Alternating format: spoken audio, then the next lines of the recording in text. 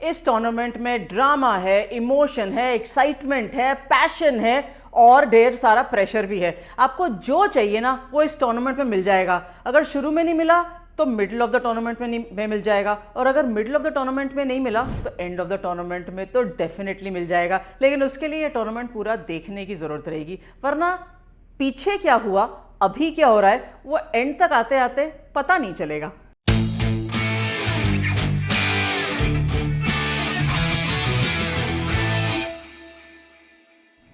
स्वागत है आपका डिफरेंट स्ट्रोक्स में। और emotion, drama, excitement, pressure, passion सब देखने को मिल गया, और पहला सुपर ओवर भी देखने को मिल गया WPL के अंदर। आउटस्टैंडिंग। क्यों? क्योंकि हम देख रहे थे, लेकिन फुल प्रेशर सिचुएशन उनके लिए जो वो खेल रहे थे उसी तरीके से खेल चला था। मुझे बहुत सारी चीजें बातें करनी है, खास तौर पर क्यों के साथ। क्यों हुआ? क्योंकि इस क्यों का सवाल आप देने वाले हैं। शुरू करते हैं कि जब सबसे पहले बैंगलोर ने बैटिंग करी थी, तो अगर एलिस पेरी के रन निकाल दें उस 180 में से, तो किसके रन दिखेंगे? क्यों? बाकी सब क्यों रन नहीं कर रहे? क्या अब आरसीबी अपना मैजिक खो चुका है या खो रहा है? वो क्या रीजन है कि बैंगलोर की टीम कंसिस्टेंटली रन्स नहीं कर रही? ठीक है, डैनी वाइट ने रन्स किए, 50 किए, और उनका कैच भी छूटा था शुरुआत के अंदर। बाकी सब लोगों ने आके कंट्रीब्यूशन करी, पर ये तो होम ग्राउंड है ना, यहाँ पर तो उनको बिल्कुल अच्छा आइडिया है ना कि विकेट किस तरीके से है, ऑपोजिशन के सामने कौन सी स्ट्रेंथ है उनकी, और वो कैसे मैच जीत सकते हैं। इनफैक्ट वो तो टूर्नामेंट जीते हुए, तो फिर वो कहाँ खो गए हैं और क्या कर रहे हैं? ये अच्छी बात है कि उन्होंने स्नेह राणा को अवसर दिया, और स्नेह राणा ने आते ही विकेट भी निकाल कर दी, और वो बहुत अच्छी रिप्लेसमेंट भी है। लेकिन बाकी सारे गेंदबाज, खैर और बेहतर प्रदर्शन था पिछले मैच से, लेकिन पूरे प्रदर्शन से by the end of the match Smriti थोड़ी सी नाखुश नजर आई, और होनी भी चाहिए। चलिए वापस चलते हैं। अभी मैंने सबसे पहले इनिंग्स की बात कर रही हूँ, जब मैंने बैंगलोर की बात करी है, बैटिंग की। दूसरी तरफ जब हम यूपी की गेंदबाजी की बात करेंगे, तो फिर वो सवाल आएगा कि यूपी की गेंदबाजी कैसे चल रही है, और इस यूपी के लाइनअप में चामरी अत्तापट्टू क्यों नहीं है? मतलब कंसिस्टेंटली हम 4 फॉरेन प्लेयर्स के साथ जा सकते हैं इस टूर्नामेंट के अंदर। हेनरी है, एकल्स्टन है, तालिया मिग्रा है, ग्रेस हैरिस है, और क्या अभी तक चामरी अत्तापट्टू की इस लाइनअप में जगह नहीं है? क्यों? ऐसा क्यों है? क्योंकि मुझे लगता है चामरी अत्तापट्टू रन बना सकती हैं राइट एट द टॉप, जो कि यूपी को इस समय ज़रूरत है।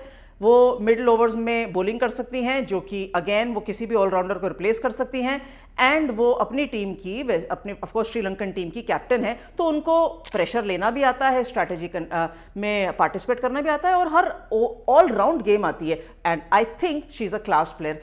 तो why is Chamari Athapaththu sitting on the bench in the dugout and not being played by the UP team? That's a big question mark for me, especially because she is a match winner and UP requires match winners. चलिए, UP की गेंदबाजी भी आई, फिर उन्होंने थोड़ी बहुत effort मारा, बहुत अच्छी गेंदबाजी शुरू करी थी। मेरे को लगा शुरुआत में जो बॉलिंग कर रहे थे वो ओपनर्स को, डैनी एंड इवन स्मृति को, बहुत अच्छी गेंदबाजी थी, लेकिन बाद में फिर एलिस पेरी है ना, वो अकेले ही मैच में पार्टिसिपेट करती रहती हैं और अकेले ही रन बनाती रहती है, इतना तो वो दमखम रखती हैं। और इस मुकाबले में भी उन्होंने इसी तरीके से अपने रन बनाए और टीम को एक अच्छी स्थिति पर लाके खड़ा किया। शुरुआत में स्मृति ने कहा था टॉस के टाइम पे कि गेंदबाजी भी करेंगे, और एलिस पेरी गेंदबाजी भी करती हुई नजर आई, और फिर यूपी को तकलीफ आई अपनी बैटिंग में। मतलब वही सेम टेम्पलेट कि किरण अवगेरे जाएंगी, रन्स बनाएंगी, और फिर 2-3 विकेटें गिरेंगी, और बाकी सारे जो प्लेयर्स हैं, ऐसा लगता है कि जैसे वो सडनली बैटिंग भूल जाते हैं। वो सडनली बॉल को इतनी जोर से मारने जाते हैं कि उसके 2-3-4-5 टुकड़े हो जाने चाहिए। एंड चाहे हम वृंदा दिनेश को देखें, चाहे हम श्वेता शेरावत को देखें, चाहे हम ग्रेस हैरिस को देखें, तालिया मिग्रा को देखें, सबके सवाल के आगे मुझे एक क्वेश्चन मार्क डालने की ज़रूरत पड़ रही है। क्योंकि बिल्कुल जो स्किल है इन प्लेयरों की वो बहुत अच्छी है, लेकिन जो डिलीवरेंस है, जिस तरीके से प्रदर्शन कर रहे हैं, उस पर मुझे फिर क्वेश्चन मार्क है। And that's why I am saying कि चामरी अत्तापट्टू बाहर क्यों बैठी है? वैसे भी वो 26 फरवरी के बाद चली जाएंगी अपनी श्रीलंकन टीम का नेतृत्व करने के लिए न्यूजीलैंड, तो फिर उससे पहले खिला लीजिए ना, उनको यूटिलाइज कर लीजिए, फायदा ही में ही रहेंगे आप। चलिए, जब ये मुकाबला चल रहा था तो सोफी एकल्स्टन बिल्कुल अपनी मैच विनिंग रोल में आ गई। उन्होंने बैटिंग करते वक्त एक मुश्किल नहीं, एक नियर असंभव स्थिति से मैच में वापस ला के दिया यूपी को, और मैच टाई हो गया। वैसे कार्तिक ने सवाल बिल्कुल सही पूछा था प्रेजेंटेशन में कि आपने जब इतने रन बना दिए थे और वो 2 रन बनाने की बात थी, तो आपने सिंगल लेके दूसरे एंड पे क्यों चली गई? तो उन्होंने कहा कि क्रांति मेरी बात बिल्कुल नहीं समझती है, तो मैंने उनको ये कहा है कि आप सिर्फ रन करिए, जब मैं भागूंगी तो आप भागना शुरू कर दीजिएगा।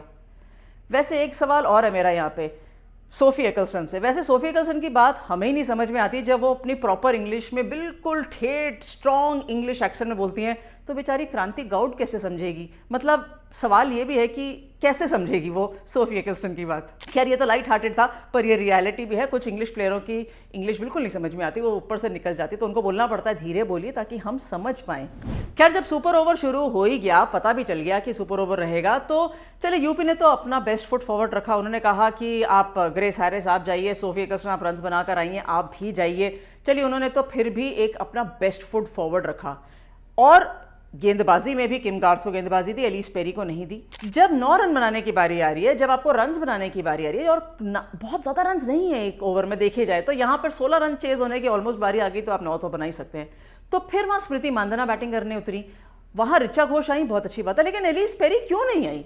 क्यों ओपन करने नहीं आई? क्योंकि सबसे ज़्यादा रन तो उन्होंने ही बनाए थे ना भाई। ऑपोजिशन टीम के भी सबसे बेस्ट खिलाड़ी जो चिनेल हेनरी है, उनको भेजा था कि वो लंबे शॉट्स लगा सकती हैं, ग्रेस हैरिस भी लंबे शॉट्स लगा सकती हैं, सोफी एकल्सन प्लेयर इन फॉर्म थी, तो एलिस पेरी भी तो प्लेयर इन फॉर्म थी ना बैंगलोर के लिए, तो फिर वो क्यों बैटिंग करने नहीं आई?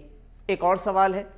फिर उसके बाद जब स्मृति आई गई तो फिर वो फंस क्यों गई? क्योंकि उनको तो ये बिल्कुल आइडिया है ना कि सामने से गेंदबाजी स्पिनर के साथ ही की जाएगी, क्योंकि दीप्ति शर्मा और सोफी एकल्सन ये दोनों बेस्ट गेंदबाज हैं यूपी की बॉलिंग लाइनअप में। तो फिर ऑपोजिशन को देखते हुए क्या बैंगलोर को अपनी स्ट्रैटेजी चेंज नहीं करनी चाहिए थी?